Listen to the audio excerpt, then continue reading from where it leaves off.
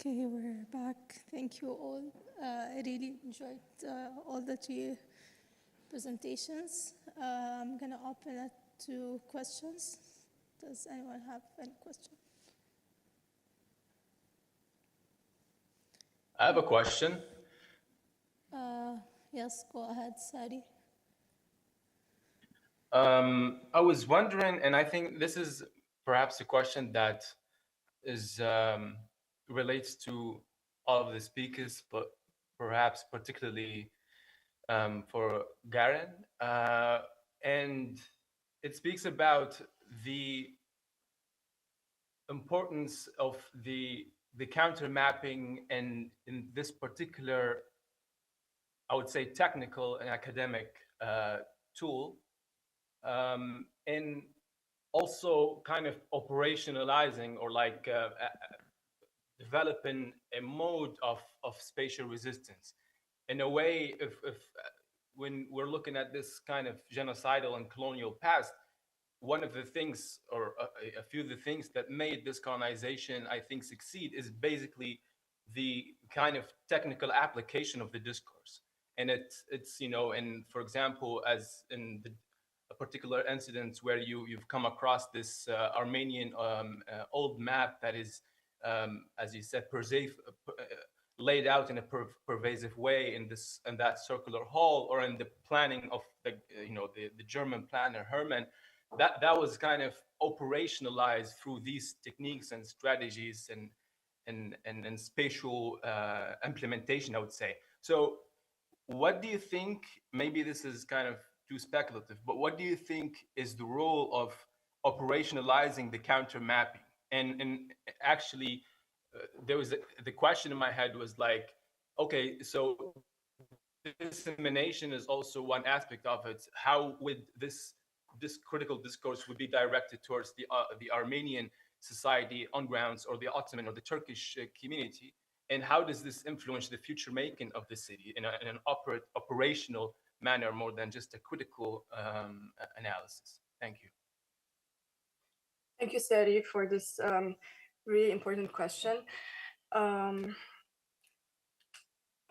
So actually, the way I came across the map that was used in the Denialist Museum was interesting. In a way, I got to it through first a translated version of the Armenian mental map to Turkish by an activist who lives and works in Antab, and he took it upon himself to translate the map first, and then to use it to tell the story of the city to his neighbors and basically the inhabitants of Antab.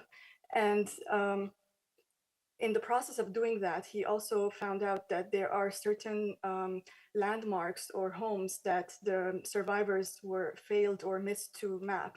So he kind of took it upon himself to continue this work of mental mapping, to start expanding it and including other Armenian locations onto that map. The problem is, and I don't have an answer to that, is when a very powerful denialist state comes and takes that translated map and puts it to use for their own state narrative building. So I don't have answers into the operationalization, but I would say first, it's important for these maps to circulate or to be even made available, because these are very few people know about their existence. I'm in the process of collecting them and making them available online. For me, it's first for Armenians to have access to this knowledge. Second is for Turkish or just people who live in Turkey today or on these lands today to, and particularly if they're studying urban design, urban history, to know about these maps and to start learning the history of the places that are still not written, not told, given the context. Thank you for your answer. I also have a question about the methodology for all of you, because I found Gayan work very forensic, very similar to what Jumana was talking about this morning. And then it's based on like a family archive and like a story. And then there's Miriam, who was like exploring a whole different city. So I'd like to know more about the process of it and how did you go there?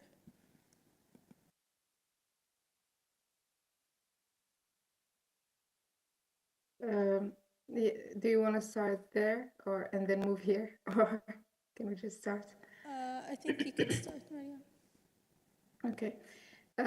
So for me, it is in fact something very new. I mean, the whole process of exploring this topic as an academic.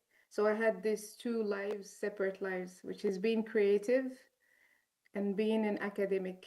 And these did not blend very well for so long because there weren't enough environments to allow for people to be everything at the same time. So this for me was a way to not do research and like feel legitimate and then go explore in a more sensitive way, but start from what I gathered directly on site, how it felt, the observations I gathered from a very like emotional way, and then I went to research. So this is very counterintuitive in academia because we're guided in a way to really prove ourselves first in a conceptual manner and then find a field work and then lead the investigation, etc. So I started with just being there and observing and having this more, it's not even anthropological point of view, but just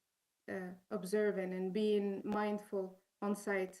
So I it felt really refreshing to go from being creative and emotional and then spark real questions about this territory, and then create afterwards something else with all these saber laser like beams that go out of the roof, which I had a lot of fun doing because it was also part of me just like in the craft of drawing and doing this stop motion animation. It takes time, so it's frame by frame, and by doing you start being reflexive and just thinking about what you're doing, what you're watching, the same image frame by frame. It gives you time and space to actually reflect. So yeah, that was a different, that's the first time I lead some kind of research and creation and design in that sense. Thank you.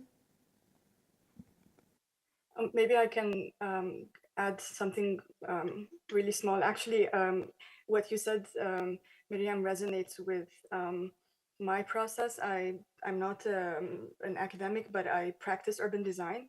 And for me, similarly, I had to kind of let go the urge of the design thinking and the more kind of traditional GIS mapping technique to first really sit with the maps and just absorb them as what they are, and then also going to these sites and walking through them and taking footage. So there was this also process of letting the intuitive and emotional side first, and then processing it in a more, let's say, rational way afterwards. And the other thing is really to, and this is something I mentioned in the end, to let go of this urge to correct and to try to be as accurate as possible, because that's something that I was trying to do at the beginning of the process. I was trying to project to the exact kind of coordinates these maps to GIS, and a few of these worked and it was pretty accurate, but then a lot of them were not. And I realized that I was not, like, that was the wrong direction, that I shouldn't be trying to force this completely different technique of recording with, a tool like GIS. So yeah.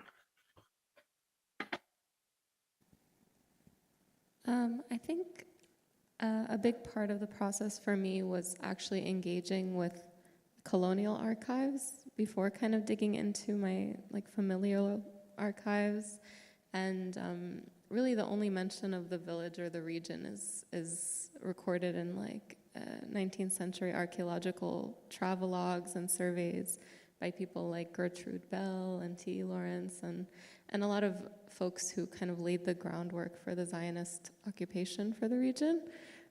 So a lot of them frame their position as one of sort of like a scientific objectivity, right? So I'm kind of positioning myself as a counter to that to say, well, no, actually, there's nothing objective about their kind of external gaze, and there's this entire rich history that exists kind of from within that deserves to be recorded and shared, and actually gives us a lot more context about the culture and of the region and the built environment and how preservation is imagined in the more local context. I think I would like to follow up on the building itself. It was, I think, what I noticed, maybe also Mariam, you could add to that, that the building itself, Al-Alali, it was changing with the political state of the area itself and the family, growing and traveling in diaspora, and how is it changing. I don't know if you've done any interviews of spoke to people where and try to see how they were viewing the building itself, Al-Alali, as they go. And also it goes to Mariam, if you spoke to anyone of the villagers, how, what do they think about the Star Wars thing? Are they happy about it? And because I think it's if it was abandoned and then it got, it became a touristic base, and there's a lot of people that benefited out of it.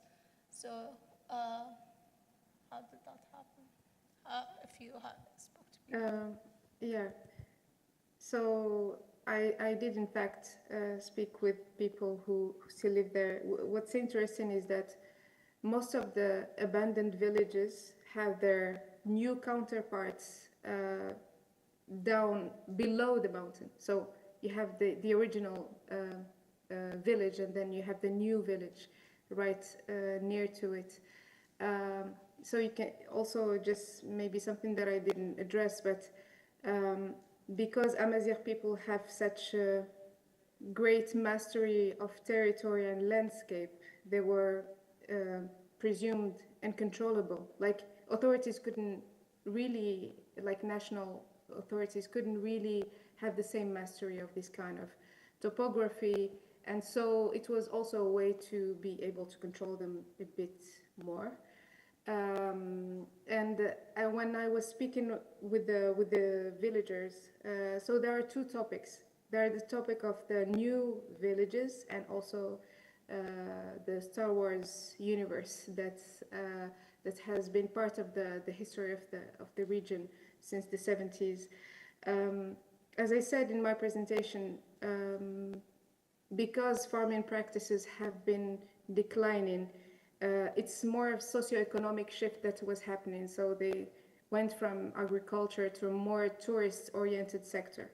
So it only made sense to benefit from this this new identity that they had through the film industry. But what's also interesting is that what we can see as, well, just people curating to the Western gaze because they really benefit from the Star Wars saga imaginaries. They actually work also to help local tourism, to actually get to know the South, because even at a national scale, the South was seen as foreign for so long. So yeah, because I didn't have time to develop that a bit more, but we have to give some nuance also, that people are not just leeching in the Star Wars saga, whatever it brought to the territory. it didn't seem to be bothering them because what's also interesting is that even though the old villages were abandoned and they have the new villages, most of the families still have not the administrative title, but like the community title. They know they still have their houses on the mountain, so they still have this relationship with it. But also through time, and as you said, Lynn, these transformations in architecture, something that I tried as also a trained architect to distance myself with is that even though I could see like concrete, it felt like it wasn't fitting within this stone, very rich architecture, vernacular architecture. It wasn't suited also to the climate, but I tried not to have any judgment over people's choice because they didn't. I mean, that was the way to go. It's cheaper to use concrete and steel. It's easier. It's faster to actually build with. It was for so long part of the acculturation that we see in this kind of territory. So concrete and steel are a sign of modernity, and everyone wants a concrete roof, and everyone wants this kind of techniques. And so seeing this shift in materiality and architecture can be disheartening for someone who, let's say, appreciates architecture for its sake, but also we should appreciate what people choose to do in this territory. So how can we approach that without any harsh judgment on the transformation of these landscapes, and rather understand the historical, political, economic framework that allowed for these transformations to happen.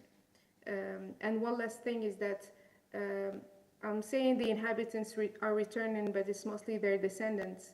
So they have been living in, some of them have went to another country and then came back, or come back seasonally. Some live in cities, some live in new villages. So even the contact with vernacular architecture has changed, and I'm asking myself how they relate to it. So I've been having some conversations with people there. They have more of a nostalgic attachment to the origins, but so the way they come back to live there seasonally is trying to reconcile between what they already know as a way to inhabit and what already exists there. So there's a lot of negotiations happening at a personal level, at a community level as well.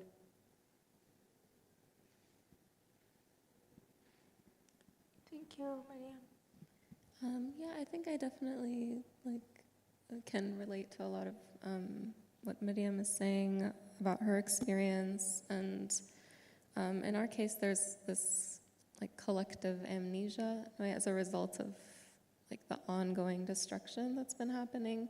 So my really greatest resource has been the elders in the village, because they're the ones who remember this place, or they have that memory that reaches back far enough, whereas the younger generation really, they call it kharabat dar faisal, if they walk by, they know they call it a kharaba, but the elders maybe know the significance of that place, or a material culture that has slowly kind of faded throughout the years due to various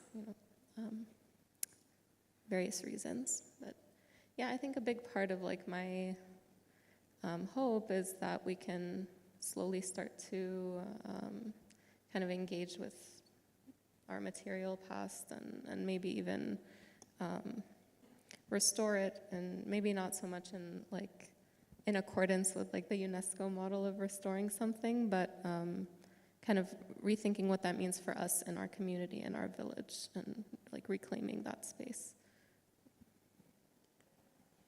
Thank you. I'm going to open the space for questions again. Does anyone have a question? I think then we have a question there.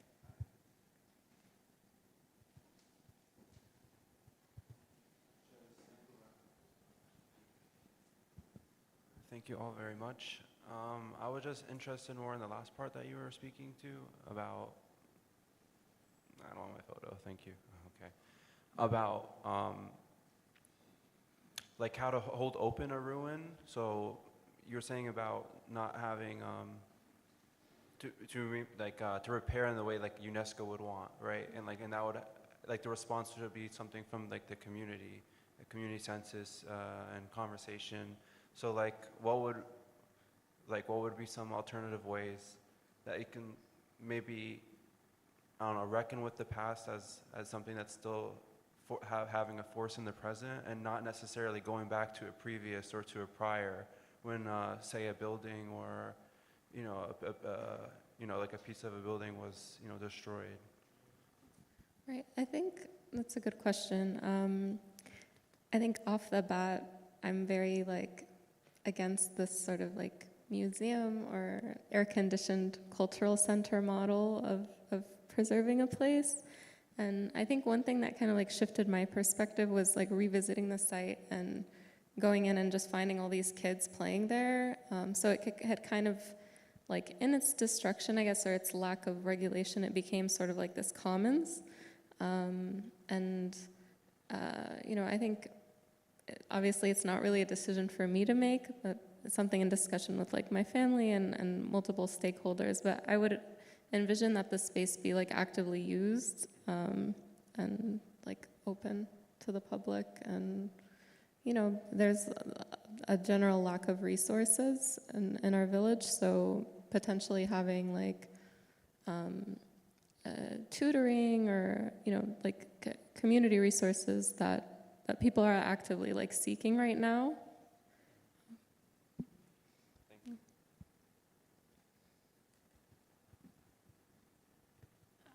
Okay, I think this is it for today. Thank you all. Thank you, Hajar, Mariam, and Grain. We enjoyed it all. I think we have a coffee break now, so we'll be back afterwards. Thank you. Thank you.